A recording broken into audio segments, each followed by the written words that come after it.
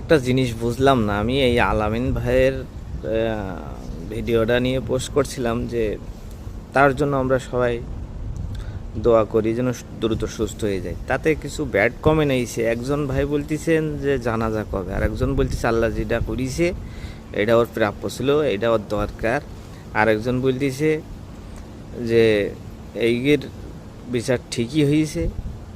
এর মানে এত ব্যাড ব্যাড কমেন্ট আমরা বুঝি না।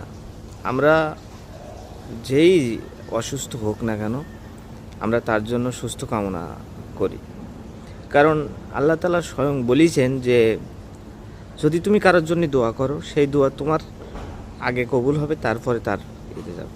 তাহলে নিজের জন্য করা যায়। তা আমরা যদি এখন বেগম খালেদা জিয়া অসুস্থ, আমরা যদি খালেদা জিয়ার সুস্থতা কামনা করি, এটা কি আমার বিরোধিতা? আমি আওয়ামী লীগ, বিএনপি, জামাত বলি কোনো কথা না। আমরা সুস্থ কামনা কেন করব না? হাসিনা অসুস্থ হলে কি সুস্থ কামনা করতাম না?